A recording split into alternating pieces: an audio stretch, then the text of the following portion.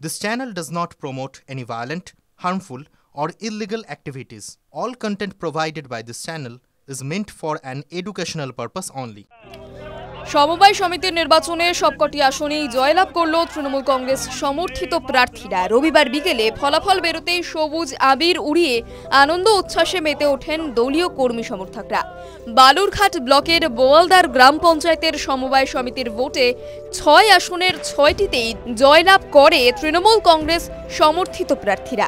জানা গেছে, এদিন বোয়ালদারের কাঞ্জিয়ালসি এলাকায় ওই সমবায় সমিতির ভোট গ্রহণ হয়। দুপুরবেলা ভোট শুরু হয়। মোট ভোটার ছিল প্রায় ৬৭৫ জন। এদিনই ভোটের ফল ঘোষণা করেন প্রশাসনিক আধিকারিকরা।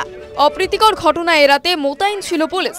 প্রশাসন সূত্রে খবর, ওই সমবায় সমিতির ৬টি আসন ছিল, ৩টি সংরক্ষিত এবং ৩টি অসংরক্ষিত।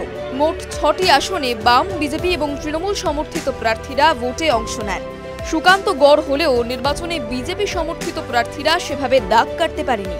ভোটের পর দেখা যায় ৬ আসনের ৬টিতেই তৃণমূল জয়ী হয়েছে। এরপরে তৃণমূল কর্মীরা উচ্ছ্বাসে মেতে ওঠেন। জয়ের খবর পেতে ঘটনাস্থলে উপস্থিত হন তৃণমূলের জেলার সাধারণ সম্পাদক মফিজউদ্দিন মিয়া, তৃণমূলের আদিবাসী সেলের জেলা সভাপতি সন্তোষ হাঁসদা, বালুরঘাট পঞ্চায়েত সমিতির সভাপতি অরুণ সরকার, বালুরঘাট ব্লক সভাপতি কৌশিক চৌধুরী, বোয়ালদার পঞ্চায়েতের পূর্ত সঞ্চালক প্রদ্যুৎ মণ্ডল সহ অন্যান্যরা। টিভি9 বাংলা ডিজিটাল।